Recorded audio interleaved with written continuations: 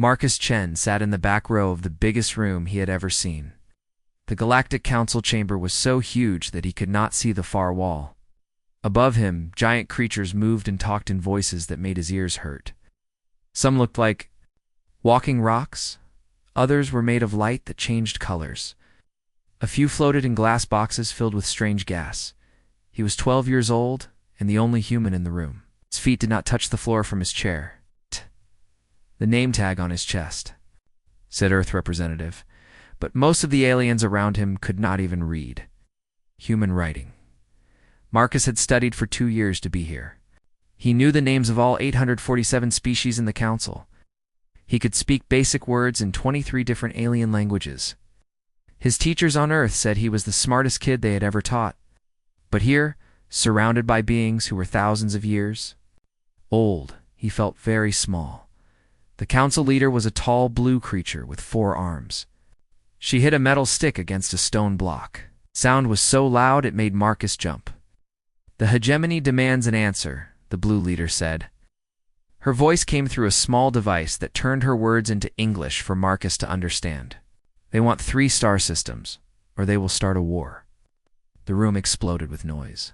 Creatures roared and clicked and made sounds like breaking glass. Marcus saw fear in the eyes of beings who could crush mountains with their bare hands. The hegemony was a group of warrior races who loved to fight. It had already destroyed 12 planets this year. A rock creature that was 3 times taller. Then a human stood up. His voice was like thunder. "We should fight them. The Catharians have never backed down from anyone." Easy words from someone made of stone, hissed a snake-like alien with silver scales. "Some of us have soft bodies that can die. The hegemony has 5,000 warships," said a floating brain in a glass tank. "We have maybe 2,000 if we combine all our fleets." Marcus listened to them argue for an hour. They talked about weapons and soldiers and battle plans. But he noticed something they all missed. The hegemony messenger was still in the room. She was a tall woman with red skin and black armor. She watched the council argue with a smile on her face. Marcus raised a small hand. Nobody saw him. He stood up on his chair and raised both hands.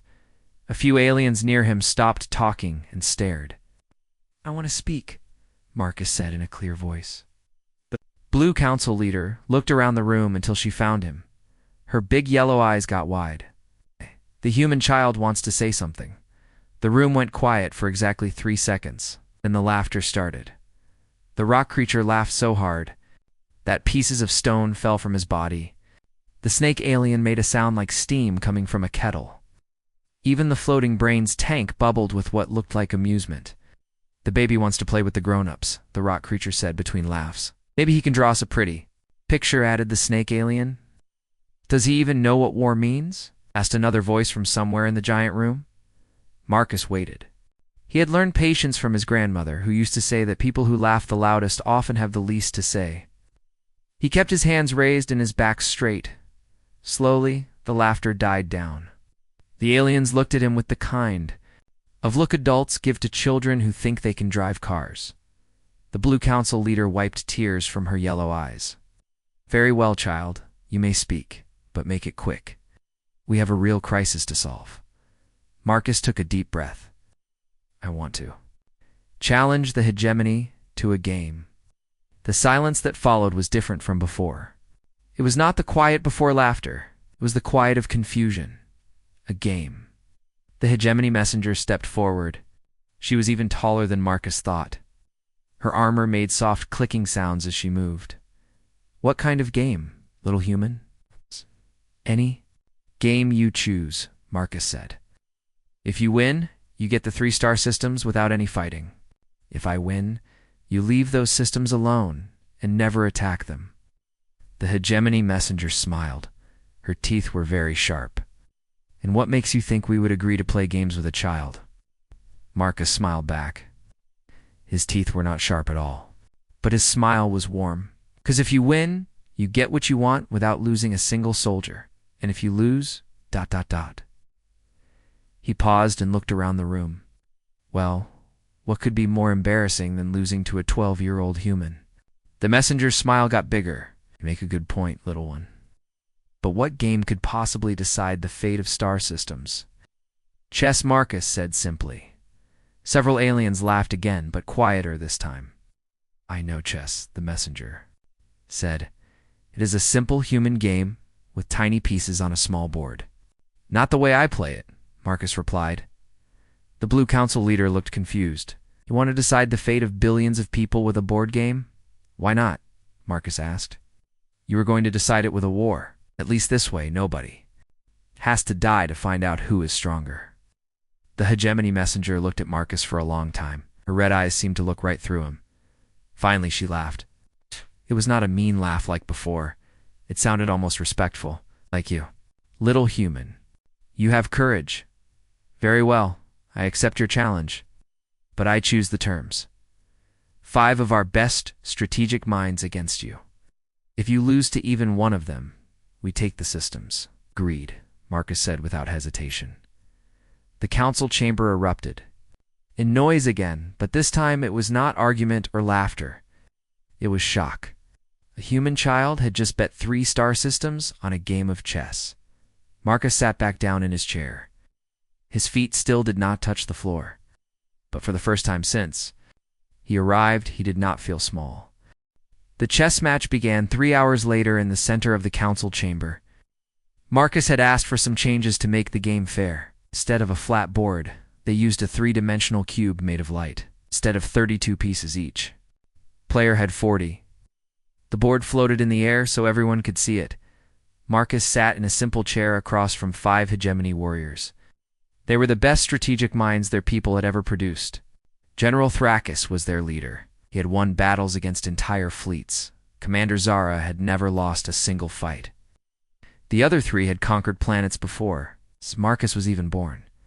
They all looked at the human child like he was a bug they were about to step on. This will be over quickly, General Thrakus said. His voice was deep and scary. We will show this council what happens when children try to play adult games. Marcus nodded politely. Would you like me to explain the new rules first? Not need lessons from a baby, Commander Zara snapped. Her armor was covered in marks from old battles. We understand strategy better than your entire species. Okay, Marcus said. He moved his first piece. It was a simple pawn, 2 spaces forward. Hegemony players moved fast. They had planned their opening moves before the game started. Their pieces jumped and attacked and defended like they were in a real battle. Marcus watched everything carefully. It took a long time with each move. Move faster, child, General. Thrakus demanded after Marcus spent 5 minutes thinking. We do not have all day. Sorry, Marcus said. I want to make sure I do this right. But something strange started happening as the game went on. When Marcus moved a piece, he would explain why he did it. Not to the hegemony players, but to the crowd watching. Move my knight here to protect my bishop, he said, loud enough for everyone to hear. Sometimes the best way to be strong is to help others be strong too. The rock creature who had laughed at Marcus before leaned forward to listen. Now I am moving my queen back instead of forward, Marcus continued. She could attack their king, but then she would be alone and surrounded. Better to stay with the team. A few more aliens stepped closer to watch. As the hours passed, more and more council members gathered around the floating chessboard. They had never seen anything like this before. Marcus was not just playing chess, he was teaching. See how General Thrakus moved his pieces? Marcus asked the crowd, after the hegemony made their attacks. He is very good at working together. All his pieces support each other. That is why the hegemony wins so many battles. General Thrakus looked surprised. The human child was praising his strategy instead of complaining about it. But watch this, Marcus said. He moved 3 pieces in a row. I am not trying to beat his pieces. I am trying to give them a better place to go. Commander Zara stared at the board. What do you mean? Marcus smiled. Your pieces are very strong when they attack. But what if they did not have to attack? What if there was enough space for everyone? For the first time since the game started, the hegemony players looked confused. By the end of the first day, something impossible was happening. The aliens who had been enemies for hundreds of years were talking to each other. The rock creature was explaining Marcus's moves to a floating gas alien. The snake creature was asking questions about strategy. From a robot? Why do you play this way? General Thrakus asked Marcus during a break. You could have taken my queen 3 times, but you did not. Marcus drank some water from a small bottle. Taking your queen would not help me win. It would just make you angry. Angry players make mistakes. I do not want you to make mistakes. I want you to play your best. But we are enemies in this game, Commander Zara said. You are supposed to want us to fail. No, Marcus said simply. I want us all to succeed. The hegemony warriors looked at each other. None of them understood what the human child meant. On the second day, Marcus did something even stranger. He started helping his opponents. Commander Zara, if you move your bishop there, you can protect your castle better, he suggested. Why are you helping me? She asked. Because the game is more fun when everyone plays well, Marcus answered. The council members watching could not believe what they were seeing. The human child was playing against 5 enemies and helping them at the same time. This is not how war works, one of the hegemony players said. This is not war, Marcus replied. This is chess. In war, someone always loses everything. In chess, everyone can learn something. By the third day, the mood in the chamber had completely changed. The aliens were not just watching the game anymore. They were learning from it. The snake creature and the rock creature started working together to understand a difficult move. Species that had not spoken to each other in 50 years were sharing ideas. General Thrakus made a move that surprised everyone. Instead of attacking, Marcus is king. He moved his piece to defend one of Marcus's pawns. Why did you do that? Commander Zara asked. General Thrakus looked confused. I do not know. It felt like the right thing to do, Marcus grinned.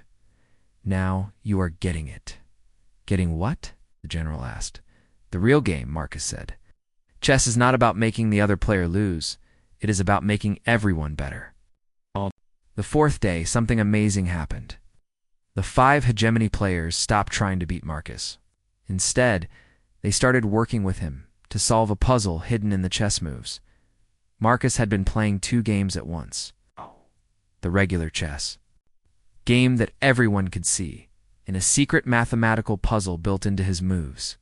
The puzzle was about resources and space and how to share them fairly. When they finally solved it together, the answer was so simple that everyone felt silly for not seeing it before. There was enough room in the galaxy for everyone. There were enough resources for all species to grow and be happy.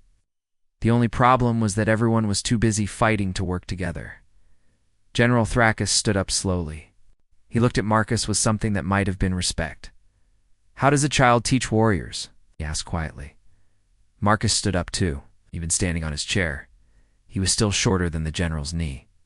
Maybe because I am small enough to see things differently, Marcus said.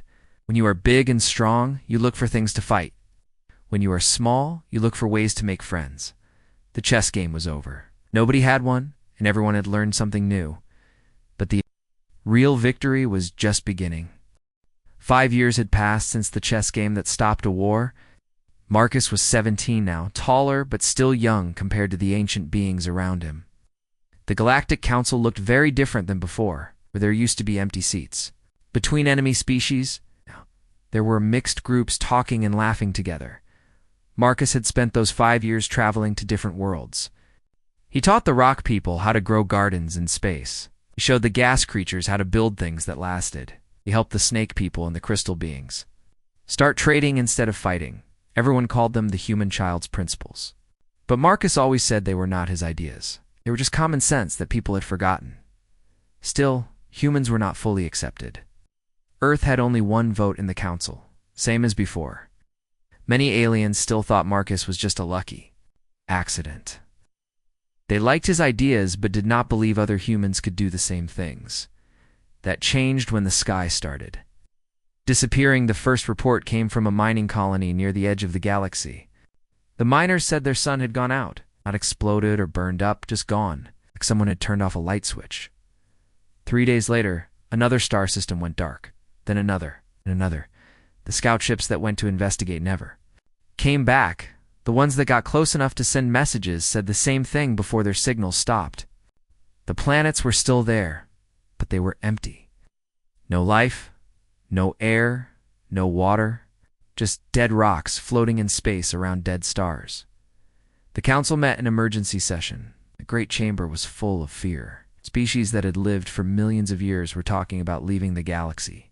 "It is moving toward us," reported the Blue Council leader.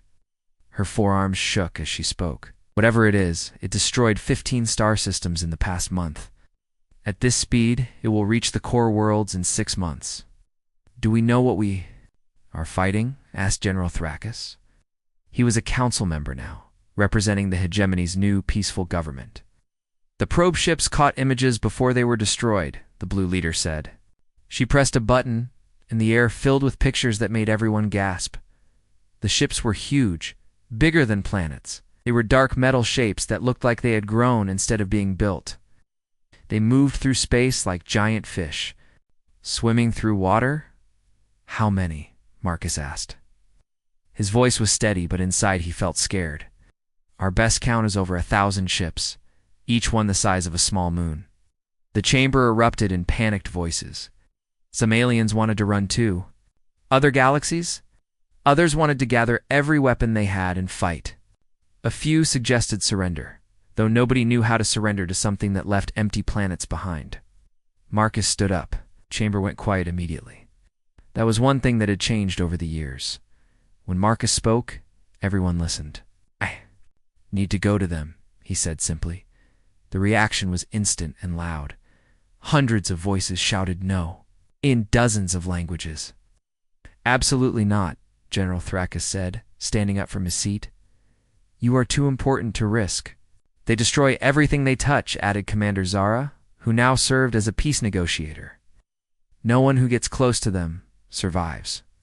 Marcus smiled the same gentle smile he had used as a 12-year-old. "Maybe that is the problem. Maybe. No one has tried to talk to them yet. Talk to them." The rock creature's voice boomed through the chamber. "They empty entire worlds. What could you possibly say to monsters like that?" Marcus walked toward the center of the chamber. Everyone watched him move with the same attention they had given his chess moves years ago. "I do not think they are monsters," he said. "I think they are hungry." "Hungry for what?" asked the floating brain in its glass tank. "I do not know yet, but everything that eats has a reason for eating. Everything that takes something needs something. We just have to figure out what they need and find a better way to give it to them." The Blue Council leader's yellow eyes were wide with worry. "Marcus, this is not a chess game. This is not a problem you can solve by being nice. These things destroy planets." "So did the hegemony," Marcus replied, looking at General Thrakus. "But they stopped when they found something better to do." "That was different," Commander Zara said. "We could talk to the hegemony. These things do not even answer our messages." Marcus nodded. "Then I will have to go close enough that they cannot ignore me." "They will kill you," the snake creature said with real sadness in its voice. Over the years, it had become one of Marcus's closest friends. "Maybe," Marcus admitted. "If I do nothing, they will kill everyone anyway. At least this way, there is a chance." He started walking toward the door. The entire council watched him go. "Marcus, wait," General Thrakus called out. "If you must do this crazy thing, take a fleet with you. Take weapons. Take protection." Marcus paused at the door and turned around. "No. If I bring weapons, they will think I came to fight. But a fleet, they will see an enemy. I have to go alone." "In what ship?" asked the blue leader. "Those things destroy everything that gets close." Marcus smiled. "In the smallest ship I can find. Something so tiny, they might not notice it until I'm close enough to say hello." "And then what?" Commander Zara asked. Marcus shrugged. "Then I do what I always do. I listen, I learn. I try to understand why someone would want to eat planets." He walked out of the chamber, leaving behind hundreds of worried aliens who had learned to love the strange human who saw problems as puzzles waiting to be solved. 3 hours later, Marcus climbed into a small human ship called the Patience. It was barely bigger than a shuttle, with just enough room for one person, and supplies for a few weeks, as he flew away from the show. council station toward the edge of space where the planet eaters waited. Marcus thought about something his grandmother used to say. She told him that the biggest problems often had the smallest solutions. He just had to be brave enough to get close enough to see what the real problem was behind him. The greatest military minds in the galaxy were planning for war. Ahead of him, something was eating stars, and in between, one 17-year-old human was hoping that somewhere in the darkness, there was still room for hope. Marcus flew his tiny ship through space for 6 days before he saw them. The planet eaters looked even bigger up close than in the pictures. They moved slowly through the darkness, like sleeping giants. Their metal skin was covered in strange patterns that looked almost like writing. His ship was so small that at first they did not notice him. Marcus flew closer and closer until he was next to the largest one. It was the size of Earth's moon.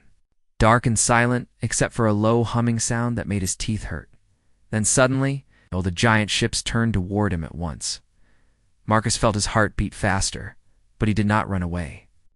Instead, he did something that surprised even himself. He turned off his ship's engines and just floated there, waiting. The largest ship opened like a flower. Inside was a bright light that pulled Marcus's ship in. He did not fight it. His ship drifted through the opening and landed gently on what looked like a metal floor. The inside of the ship was nothing like what Marcus expected. He thought he would find cold machines and computer screens. Instead, he found something that looked almost like a city. There were tall buildings and wide streets, but everything was made of the same dark metal as the outside. Marcus put on his spacesuit and stepped out of his ship. The air was breathable, but it tasted strange, like metal and sadness. He walked down one of the metal streets looking around. The buildings had windows, but they were all dark. There were places that looked like parks, but instead of trees, there were metal sculptures that twisted up toward the ceiling. "Hello?" Marcus called out. His voice echoed off the metal walls. "Is anyone there?" For a long time there was no answer, and slowly shapes began to appear from the shadows. They looked like people, but they were made of the same dark metal as everything else. They moved quietly, like they were walking through water. One of them approached Marcus. It was tall and thin, with eyes that glowed like small blue stars. "You are not food?" it said in a voice that sounded like wind through empty rooms. "No," Marcus agreed. "I am Marcus. I came to talk." The metal being tilted its head. "Talk? We do not remember talking." More metal people gathered around Marcus. All looked the same but different, like they had once been unique, but were now copies of something lost. "Who are you?" Marcus asked gently. "We are the Devourers," the tall one said. "We eat, we consume, we take what we need." "What do you need?" Marcus asked, the metal being paused for a long time. We do not remember." Marcus felt a chill that had nothing to do with the cold metal around him. "You do not remember what you need?" "We remember being hungry," another voice said. A shorter metal being stepped forward. "We remember the hunger that never ends, so we eat. But we are never full." Marcus sat down on what looked like a metal bench. The Devourers gathered around him in a circle, like children listening to a story. "Can you tell me about before?" Marcus asked. "Before you were hungry?" The tall Devourer's blue eyes flickered. "Before is difficult.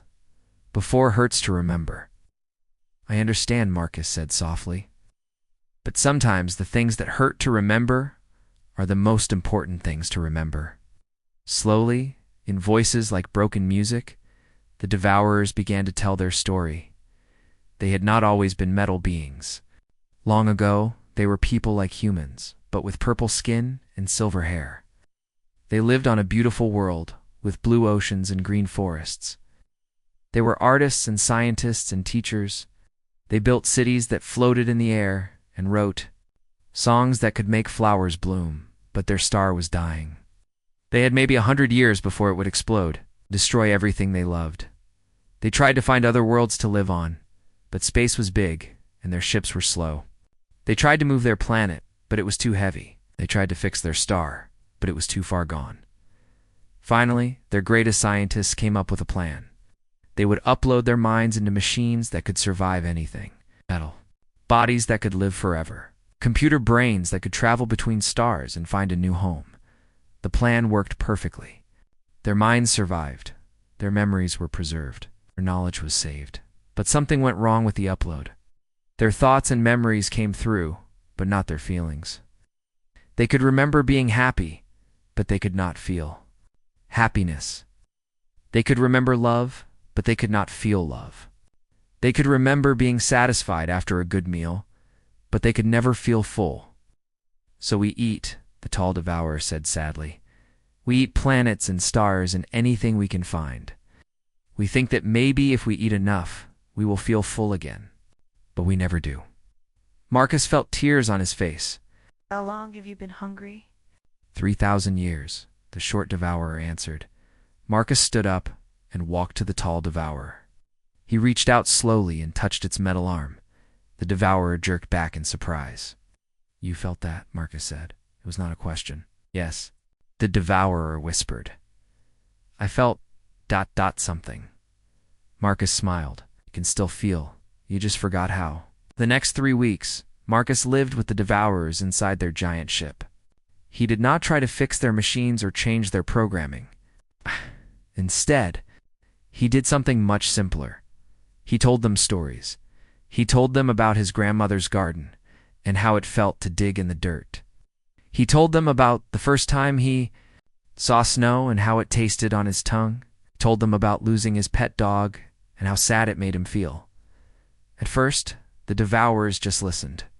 But slowly, very slowly, they began to remember what feelings were like. Marcus taught them meditation, showing them how to sit quietly and pay attention to the small things happening inside their metal bodies. He played music for them on a small device he carried, and watched their blue eyes flicker with something that might have been joy. But the real breakthrough came when Marcus suggested something that terrified them.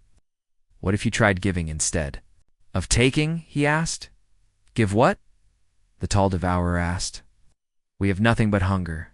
You have knowledge, Marcus said. You have technology. You have 3,000 years of experience traveling through space.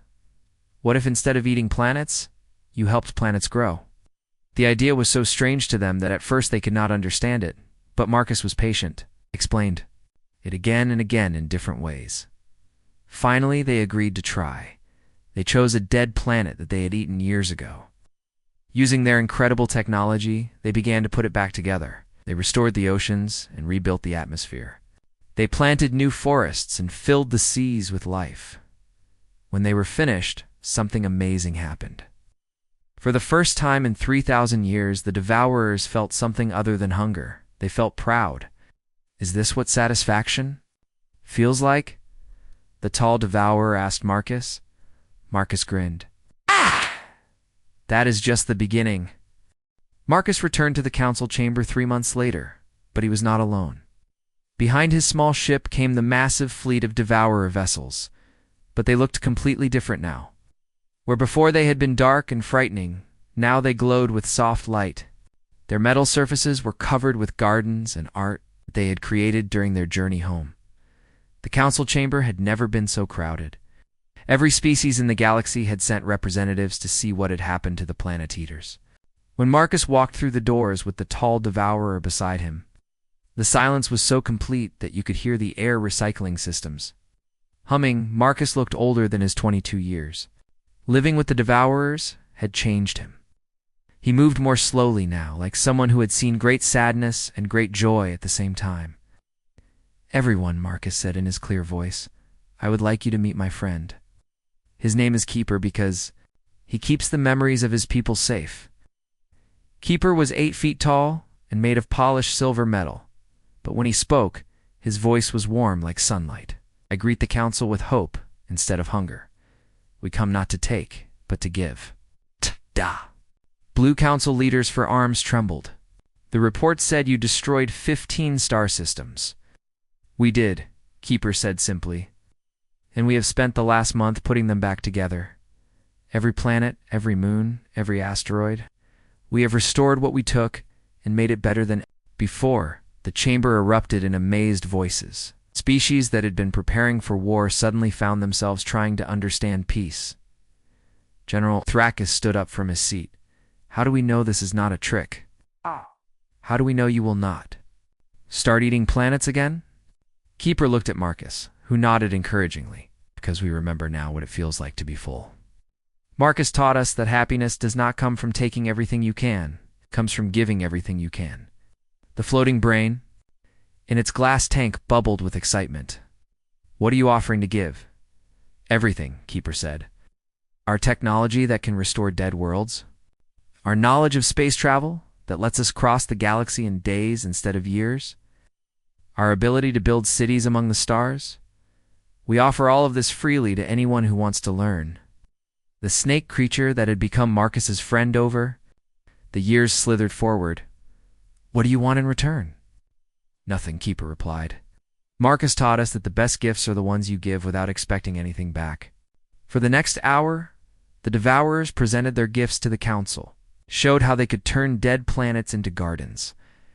They demonstrated ships that could travel faster than anything the galaxy had ever seen. They offered to teach their advanced technology to anyone who wanted to learn. But Marcus was not finished.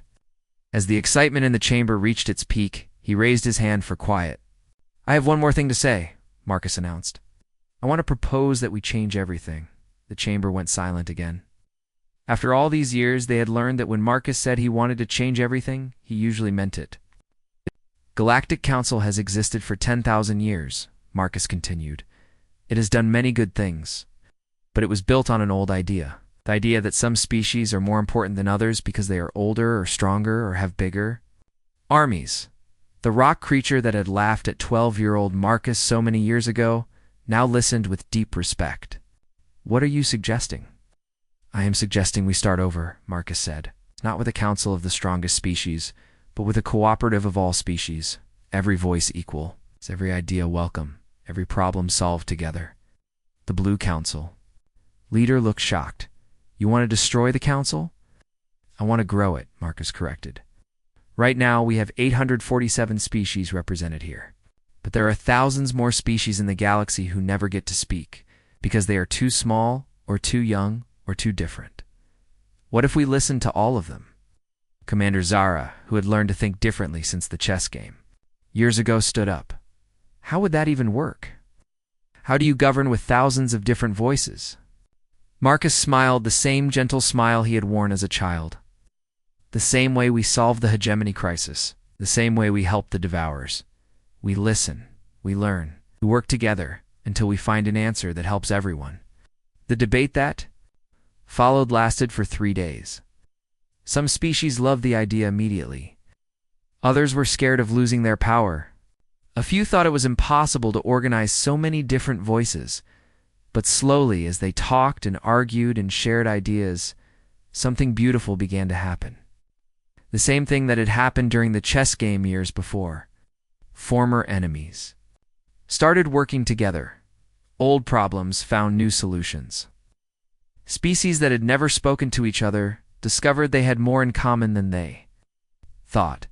Keeper and the other Devourers helped by sharing their technology freely with everyone, showing that giving made them happier than taking ever had. On the 4th day, they held the vote. It was unanimous. Every single species voted to dissolve the old Galactic Council and create the new Galactic Cooperative. As the ceremony began, and Marcus was sworn in as the first chancellor of the new government, something amazing happened. Representatives from over 2,000 species arrived to join them. Small species that had never been allowed in the council before. Young civilizations that had been ignored. Strange species that thought so differently that no one had ever tried to understand them. The chamber had to expand 3 times to fit everyone. The Catherian delegate, the same rock creature who had mocked Marcus as a child, approached him after the ceremony. How did you know? He asked in his rumbling voice. How did a human child see what we ancient species could not? Marcus looked around the chamber, now filled with more different kinds of life than had ever gathered in one place. Before, some were tall, some were small, some were made of rock, some of gas, some of light. Some were so strange that he could not even tell what they were made of. But they were all talking and laughing and sharing ideas together. Maybe because I was always the smallest one in the room, Marcus said. When you are small, you learn. To look up at everyone else, when you are looking up, you see things differently. You see how much everyone has to offer instead of how much they might take. The rock creature nodded slowly, and now Marcus grinned, the same grin he had. Warren is a 12-year-old who dared to challenge warriors to a game of chess. Now we get to find out what amazing things happen when everyone gets a chance to speak. Outside the chamber, ships from across the galaxy were arriving every hour. The Devourers were teaching their restoration technology to anyone who wanted. To learn, former enemies were planning joint expeditions to explore new worlds. Young species were sharing discoveries with ancient ones. The laughter had stopped long ago. Now there was something much better. Now there was hope, spreading from star to star like light in the darkness.